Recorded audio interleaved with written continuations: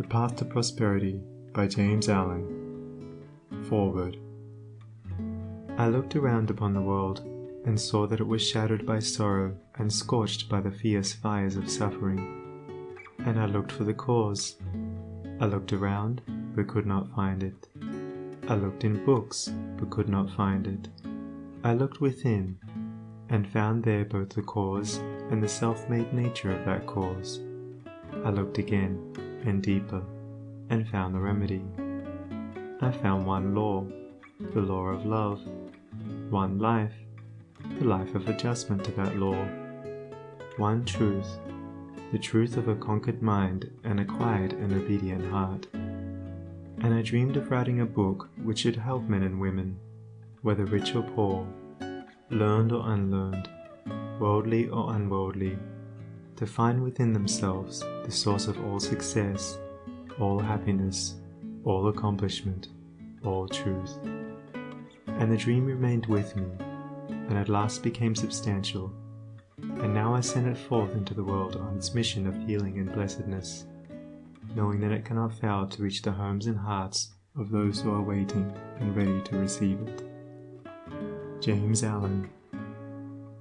Chapter 1. The Lesson of Evil. Unrest and pain and sorrow are the shadows of life. There is no heart in all the world that has not felt the sting of pain. No mind has not been tossed upon the dark waters of trouble. No eye that has not wept the hot blinding tears of unspeakable anguish.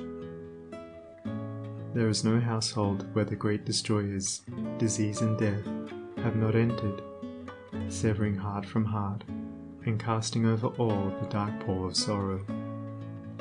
In the strong and apparently indestructible meshes of evil, all are more or less fast caught, and pain, unhappiness, and misfortune wait upon mankind.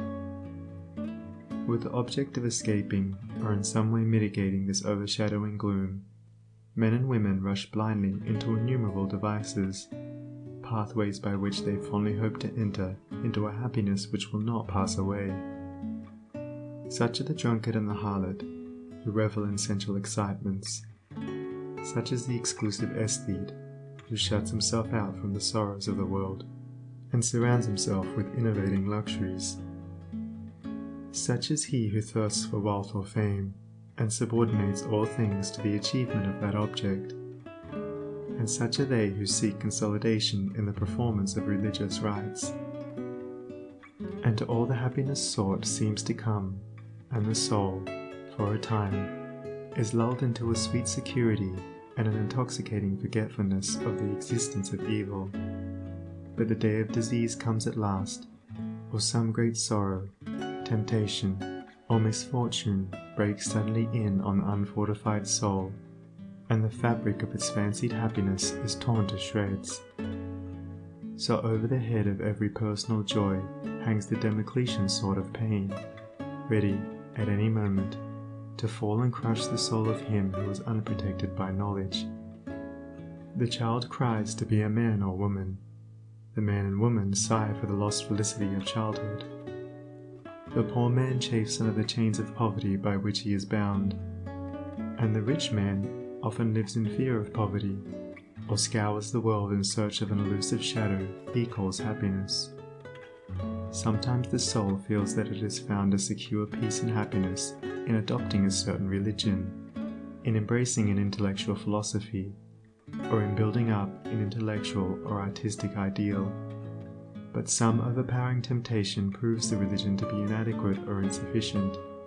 The theoretical philosophy is found to be a useless prop, or in a moment, the idealistic statue upon which the devotee has for years been laboring is shattered into fragments at his feet. Is there, then, no way of escape from pain and sorrow? Are there no means by which bonds of evil may be broken? Is permanent happiness, secure prosperity, and abiding peace a foolish dream? No, there is a way, and I speak it with gladness, by which evil can be slain forever. There is a process by which disease, poverty, or any adverse condition or circumstance can be put on one side, never to return. There is a method by which a permanent prosperity can be secured, free from all fear of the return of adversity, and there is a practice by which unbroken and unending peace and bliss can be partaken of and realized. And the beginning of the way which leads to this glorious realization is the acquirement of a right understanding of the nature of evil. It is not sufficient to deny or ignore evil. It must be understood. It is not enough to pray to God to remove the evil. You must find out why it is there, and what lesson it has for you. It is of no avail to fret and fume and chafe at the chains which bind you. You must know why and how you are bound. Therefore, reader, you must get outside yourself, and must begin to examine and understand yourself. You must cease to be a disobedient child in the school of experience, and must begin to learn, with humility and patience, the lessons that are set for your edification and ultimate perfection. For evil, when rightly understood, is found to be not an unlimited power or principle in the universe, but a passing phase of human experience, and it therefore becomes a teacher to those who are willing to learn. Evil is not an abstract something outside yourself. It is an experience in your own heart, and by patiently examining and rectifying your heart, you will be gradually led into the discovery of the origin and nature of evil, which will necessarily be followed by its complete eradication. All evil is corrective and remedial, and is therefore not permanent. It is rooted in ignorance of the true nature and relation of things, and so long as we remain in that state of ignorance, we remain subject to evil. There is no evil in the universe which is not the result of ignorance, and which would not, if we were ready and willing to learn its lesson, lead us to higher wisdom, and then vanish away. But men remain in evil, and it does not pass away, because men are not willing or prepared to learn the lesson which it came to teach them. I knew a child who, every night when its mother took it to bed, cried to be allowed to play with the candle, and one night, when the mother was off guard for a moment, the child took hold of the candle. The inevitable result followed, and the child never wished to play with the candle again. By its one foolish act it learned perfectly the lesson of obedience, and entered into the knowledge that fire burns. And this incident is a complete illustration of the nature, meaning, and ultimate result of all sin and evil. As the child suffered through its own ignorance of the real nature of fire, so older children suffer through their ignorance of the real nature of the things which they weep for and strive after, and which harm them when they are secured. The only difference being that in the latter case, the ignorance and evil are more deeply rooted and obscure. Evil has always been symbolized by darkness, and good by light, and hidden within the symbol is contained the perfect interpretation, the reality.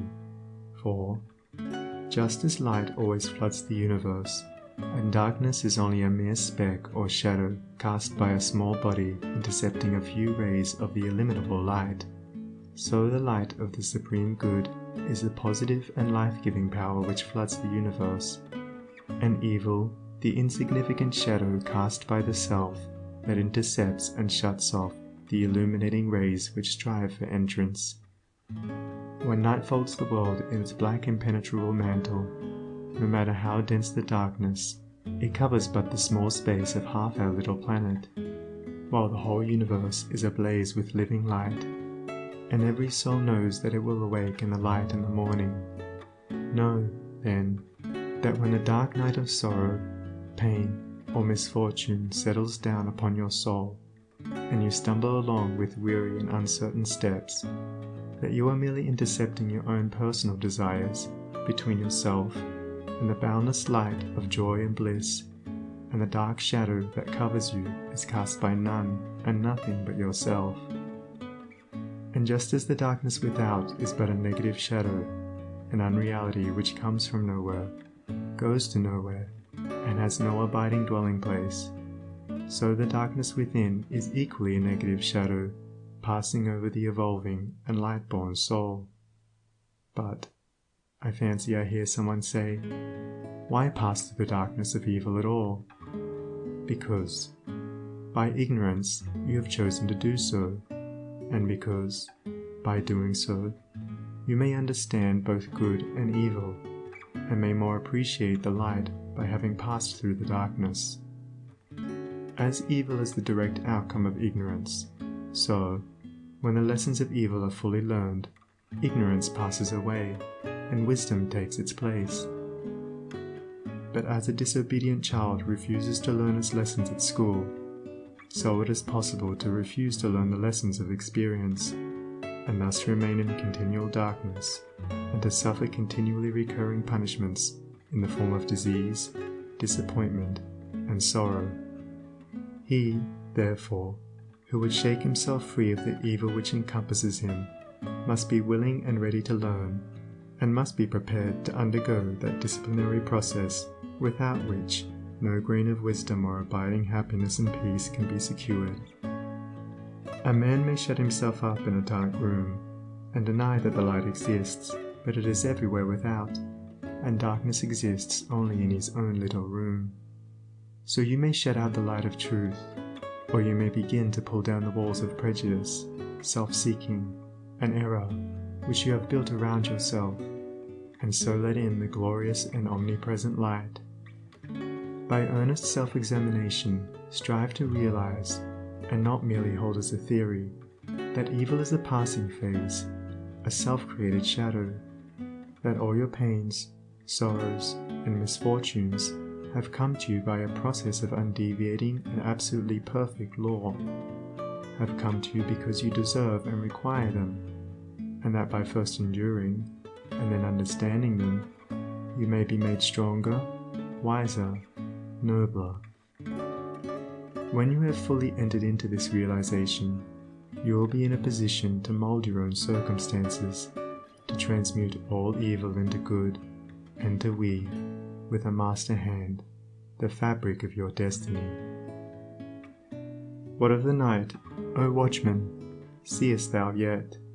The glimmering dawn upon the mountain heights, the golden herald of the light of lights. Are his fair feet upon the hilltop set? Cometh he yet to chase away the gloom, and with it all the demons of the night? Strike yet his darting rays upon thy sight? Hearest thou his voice, the sound of error's doom?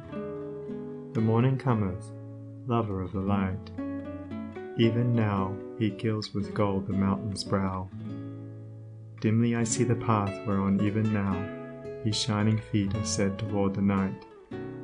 Darkness shall pass away, and all the things that love the darkness and that hate the light shall disappear forever with the night. Rejoice, for thus the speeding herald sings.